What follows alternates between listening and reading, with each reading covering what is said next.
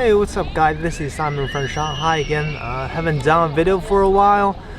We just got back to Shanghai last week. I wonder if you guys can see my skin is getting a little bit darker because of the recent trip in Taiwan. The weather in Taiwan was just too good. Anyway guys, right now I'm drinking coffee. I got it from 7-Eleven. It's 15 RMB. It's a pretty nice deal for me. You know, some people like the coffee from 7-Eleven because it is affordable. It's way cheaper than the one from Starbucks.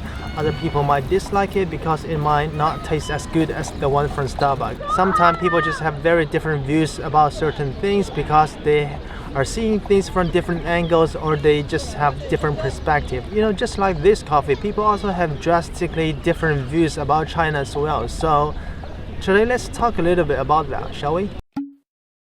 Now, if you have friends who lived in China for a long time or who have been to China, they may have very different opinions about the country. Someone will be like, oh, China is a great place to live, it is super convenient, it is very safe to travel, and the whole place just makes me feel very energetic and very dynamic. I want to live there forever. And some other people may be like, oh, this place is just a great example of the book 1984. There's virtually no freedom whatsoever, and the living condition is just horrible. I don't want to live there anymore. There's literally no future for the country. So if you haven't been to China, you may get confused. You may wonder which version is correct, who is actually telling the truth. First of all, I would like to tell you that it might sound quite counterintuitive, but both parties are somewhat correct. They're just seeing things from different perspectives. Let's talk about the positive side first, shall we? So, just give you several examples. My auntie is also married to a Taiwanese guy. Actually, my uncle-in-law is the reason why me and my wife meet in the first place. But that's not the whole point of this video, so I won't talk about it. But if you guys are interested, maybe in the future I can cover that topic. Anyway guys, so my uncle-in-law is a Taiwanese businessman, and he and his brothers own several factories in China. During his 15-year stay in China, although he does agree that in the next 5 years China will have some great challenge, but at least for the past 15 years, he thinks that the government is doing a pretty decent job. Now, he thinks that because GDP is the most determining factor when it comes to evaluating a local government, the main task of those local officials is all about like building new roads, building new highway system, elevated road, and all those public infrastructure, and trying to figure out a way to attract more business into their territory. So for the past 15 years, my uncle-in-law has seen huge improvement in terms of public infrastructure and economy in mainland China. And the local government also welcome business outside of mainland China. So they will give my uncle-in-law all kind of benefits, such as tax reduction, land use with no rental fees, and financial loans with literally very low interest, plus other benefits. And he has met with a lot of local government officials, and according to his observation, he thinks that these guys are not some dumb retards who climb all the way to their current level solely because of nepotism, but instead they're very sophisticated and very smart guys with very high EQ, and they can also see very far away into the future.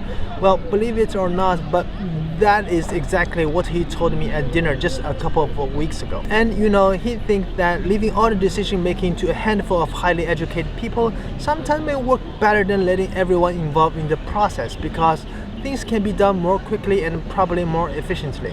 In his eyes, people will always have different ideas and disagreements. Sometimes you just can't find common ground between people, and if people keep fighting, then no policy can be rolled out and no new bridge and railway system can be built. Although an authoritarian system will cause unfairness and corruption, these sacrifices are worth the cost compared to all the benefits they get on the table.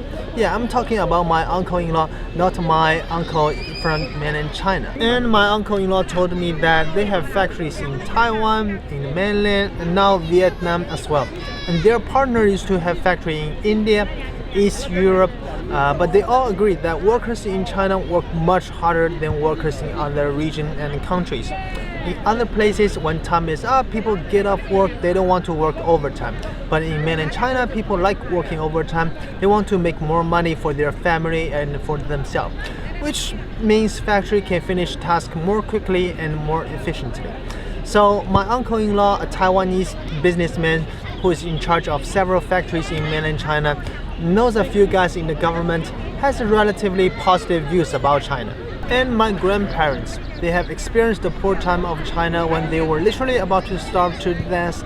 Now they retired and both of them can get a very decent monthly payment from their pension. So now they can buy whatever food they want to eat, they got a decent place to live, and they can travel around the world from time to time with us, you know.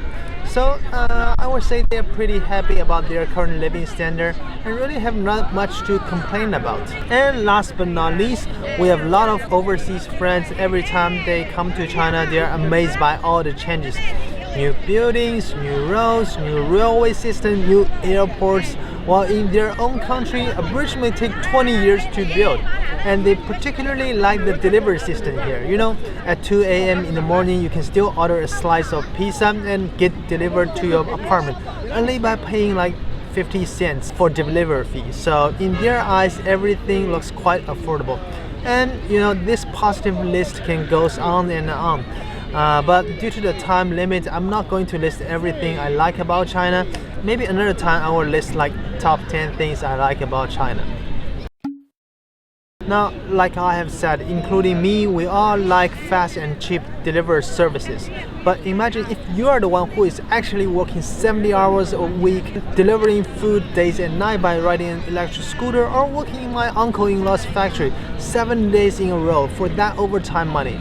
While a mediocre apartment costs 50 years of the average salary in Shanghai, you may feel a little bit different, right? Or if you are someone who just like watching YouTube and browsing other international websites, or your job requires you to use those overseas websites, you may not feel very convenient, especially during some big event in China. Your VPN stopped working and you just couldn't watch YouTube anymore or do your job properly. It's just pain in the butt. Or if you are running a business in China and also a universal value believer, you probably need to watch your mouth. Because you got to be very careful here. You can't say whatever you want in China. The whole company may actually go out of business because of something you said, which you think may not be a very big deal, but it turns out that you cannot say it here.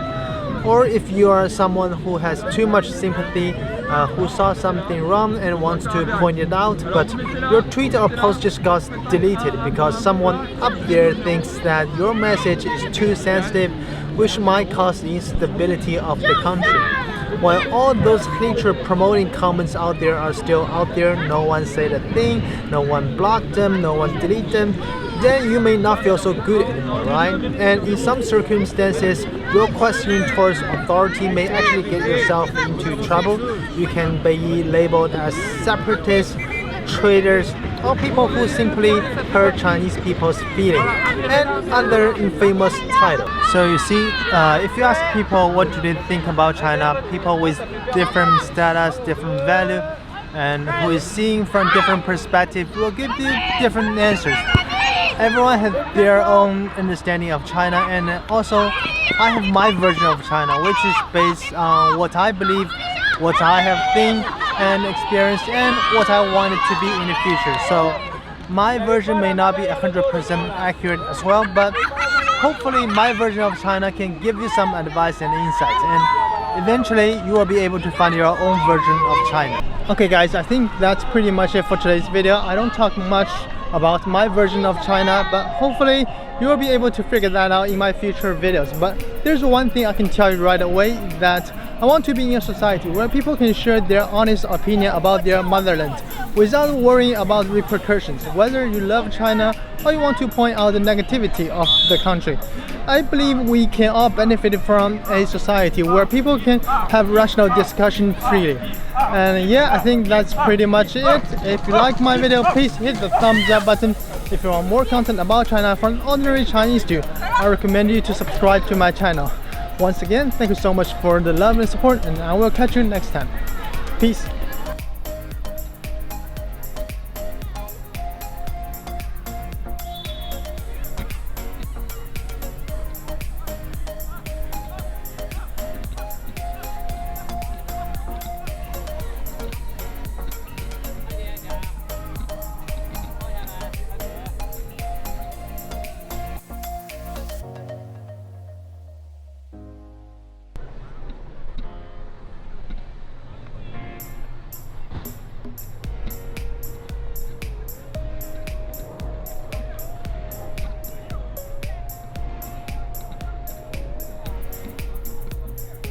This gimbal is super heavy, guys. I can't feel my arm anymore.